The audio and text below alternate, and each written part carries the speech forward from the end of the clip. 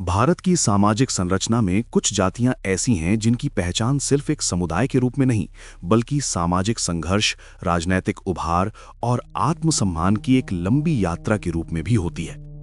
ऐसी ही एक प्रमुख जाति है पासवान जाति।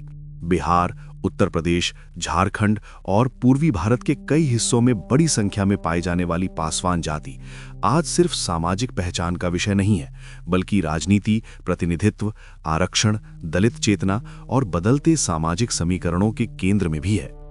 तो इस वीडियो में हम विस्तार से समझेंगे कि पासवान जाति कौन है, इसका इतिहास क्या है, इसे किस सामाजिक वर्ग में रखा गया है, इसका पारंपरिक पेशा क्या रहा, राजनीति में इसकी भूमिका क्या है और आज के समय में इस समुदाय की स्थिति क्या मानी जाती है। सबसे पहले बात करते हैं नाम की। पासवान नाम आज व्यापक रूप से इस्तेमाल होता है, लेकिन इस समुदाय का पारंपरिक नाम दुसाध माना जाता है। उत्तर भारत, खासकर बिहार और आसपास के क्षेत्रों में दुसाध और पासवान दोनों नाम इस समुदाय के लिए उपयोग किए जाते रहे हैं।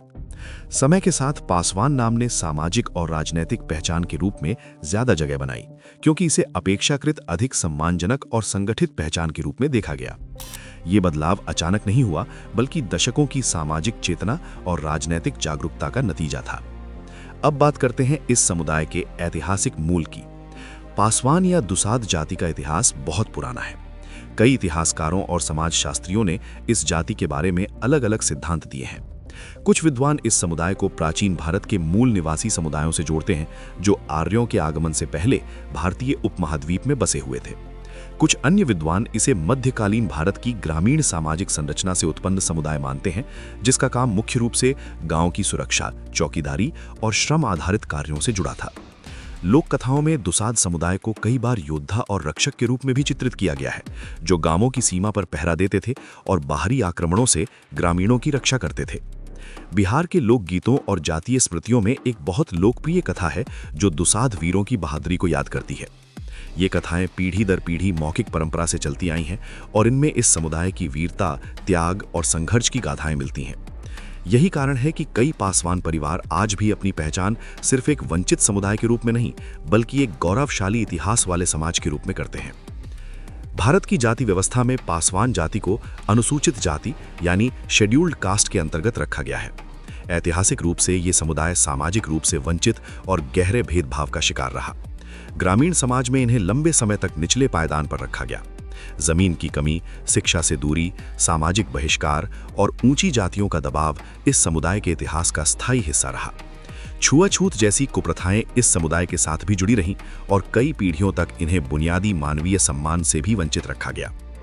अगर पारंपरिक पेशे की बात करें तो दुसाध या पासवान समुदाय को कई इलाकों में रक्षक, पहरेदार, ग्राम सुरक्षा से जुड़े कार्य, खेतीहर मजदूरी, पशुपालन और कुछ स्थानों पर अन्य श्रम आधारित कामों से जोड़ा गया।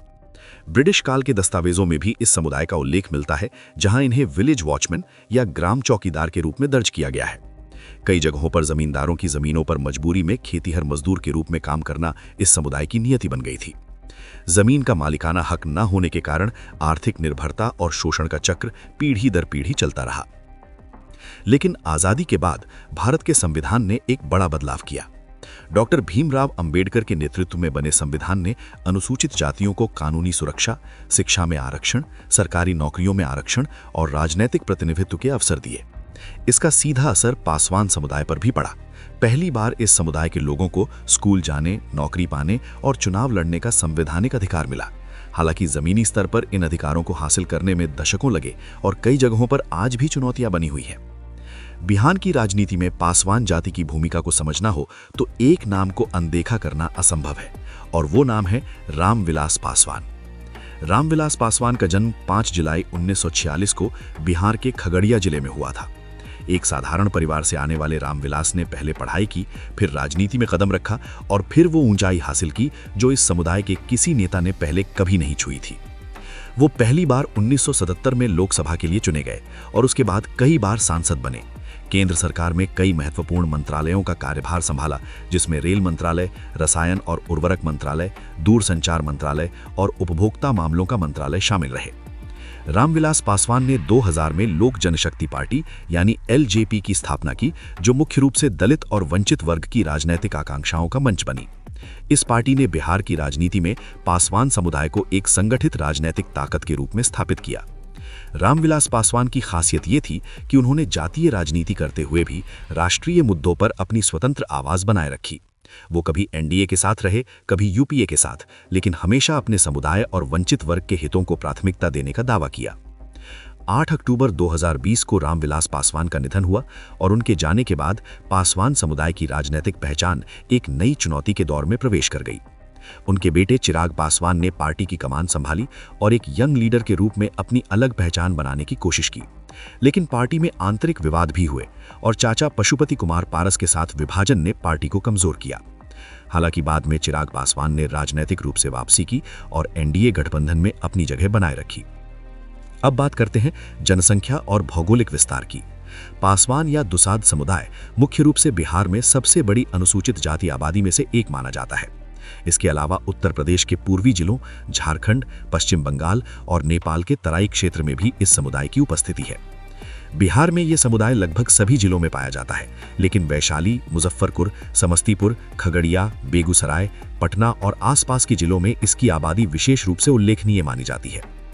चुनावी राजनीति में इन जिलों में पासवान वोट को निर्णायक माना जाता है और कई विधानसभा तथा लोकसभा सीटों पर इस समुदाय के वोट जीत हार का फैसला करते हैं। दलित समुदाय के भीतर भी एक आंतरिक सामाजिक संरचना होती है और ये बात कई बार अनदेखी कर दी जाती है। अनुसूचित जातियों के भीतर भी कई उपजातियां हैं और हर उपजाति की अपनी अलग सामाजिक स्थिति, आर्थिक हालात और राजनीतिक शक्ति होती है। बिहार में पासवान जाति को दलित समाज के भीतर अपेक्षाकृत अधिक राजनीतिक रूप से जागरूक और संगठित समुदाय के रूप में देखा जाता है। इसका एक बड़ा कारण रामविलास पासवान जैसे नेताओं का उभार रहा, जिन्होंने समुदाय को एक सामूहिक राजनीतिक पहचान दी। लेकिन इसका मतलब ये कतई नहीं है कि सभी पासवान परिवार सामाजिक या आर्थिक रूप से मजबूत है। ग्रामीण इलाकों में आज भी इस समुदाय के बहुत बड़े हिस्से को गरीबी, बेरोजगारी, भूमिहीनता और सामाजिक भेदभाव का सामना करना पड़ता है। शिक्षा की बात करें तो पिछले 2-3 दशकों में पासवान समुदाय में शिक्षा का स्तर बढ़ा है। सरकारी योजनाओं, आरक्षण, छात्रवृत्तियां और सामाजिक जागरूकता के कारण इस समुदाय के बच्चे स्कूल और कॉलेज तक पहुंच रहे हैं। कई पासवान परिवारों के युवा अब IAS, IPS, doctor, engineer, professor और अन्य पेशेवर क्षेत्रों में दिखाई दे रहे हैं। ये बदलाव धीमा जरूर है, लेकिन सकारात्मक है।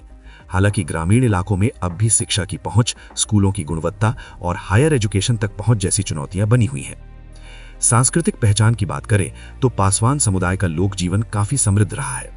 बिहार और पूर्वांचल के लोकगीतों, लोक कथाओं और जातीय स्मृतियों में इस समुदाय की वीरता, संघर्ष और सामाजिक उपेक्षा तीनों की छाप मिलती है। छठ पूजा, होली, दिवाली जैसे त्योहारों में इस समुदाय की सक्रिय भागीदारी होती है। विवाह और अन्य सामाजिक अवसरों पर पारंपरिक गीत और रीति रिवाज आज भी कई परिवारों में जीवित है। ये सांस्कृतिक विरासत इस समुदाय की पहचान का अभिन्न हिस्सा है। आज के संदर्भ में पासवान समुदाय एक ऐसे मोड़ पर खड़ा है जहां पुरानी चुनौतियां अभी पूरी तरह खत्म नहीं हुई हैं और नए अवसर सामने आ रहे हैं। एक तरफ जातिगत भेदभाव, आर्थिक असमानता और सामाजिक पूर्वाग्रह अब भी मौजूद हैं, तो दूसरी तरफ शिक्षा, शहरीकरण, सोशल मीडिया और राजनीतिक जागरूकता ने नई पीढ़ी को एक अलग दिशा दी है। अब पासवान समुदाय के युवा सिर्फ जातीय पहचान तक सीमित नहीं रहना चाहते, बल्कि वो एक व्यापक सामाजिक और आर्थिक बदलाव का हिस्सा बनना चाहते हैं। बिहार की राजनीति में आने वाले समय में पासवान वोट बैंक की भूमिका और भी महत्वपूर्ण होने वाली है, क्योंकि बदलते गठबंधनों और नई राजनीतिक परिस्थितियों में हर पार्टी इस समुदाय को अपने साथ जोड़ना चाहती है। लेकिन असली सवाल यह है कि क्या राजनीतिक प्रतिनिधित्व से आगे बढ़कर इस समुदाय को सामाजिक और आर्थिक बराबरी हासिल हो पाएगी? क्या शिक्षा, स्वास्थ्य, रोजगार और जमीन के मामलों में वास्तविक बदलाव आएगा? क्या जाति के नाम पर होने वाला भेदभाव कम होगा या बस राजनीतिक भाषणों तक सीमित रहेगा? तो अगर पूरी बात को समेटें तो पासवान जाति भारत के दलित समाज का एक महत्वपूर्ण और प्रभावशाली समुदाय है, जिसने ऐतिहासिक रूप से गहरी वंचना और भेदभाव सहा, लेकिन राजनीति, सामाजिक चेतना और सामूहिक संगठन के माध्यम से अपनी एक मजबूत पहचान बनाई। रामविलास पासवान जैसे नेताओं ने इस पहचान को राष्ट्रीय स्तर तक पहुंचाया। आज ये समुदाय अतीत के संघर्ष और भविष्य की उम्मीदों के बीच खड़ा है और इसकी आगे की यात्रा न सिर्फ इस समुदाय के लिए बल्कि भारत की सामाजिक न्याय की पूरी अवधारणा के लिए महत्वपूर्ण है। यही पासवान समुदाय की कहानी है, पहचान की, संघर्ष की, राजनीति की और अपने हिस्से की जगह बनाने की।